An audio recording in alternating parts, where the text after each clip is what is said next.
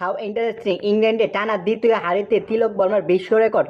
এক প্রান্তে উইকেটের মিছিল ছিল মাইটি ইন্ডিয়ার, আরেক প্রান্তে আগলে রেখে সাবলীল ব্যাটিং করেছে তিলক বর্মা। ফলে জিতা যাওয়া ম্যাচ হাত থেকে ফসকে গেল ইংল্যান্ডের। 5 ম্যাচে টি-20 সিরিজে তাদের টানা দ্বিতীয় হারে স্বাদ পেয়েছে ইংল্যান্ড। ব্যাট হাতে ঝড় তুলে 3 উইকেটে জয় নিশ্চিত করল তিলক বর্মা।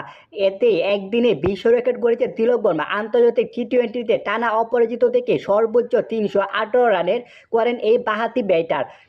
এতদিনে টানা অপরাজিত থেকে আন্তর্জাতিক টি-20তে সর্বোচ্চ রান করার রেকর্ড ছিল নিউজিল্যান্ডের টপ অর্ডার মার্ক চ্যাপম্যানের।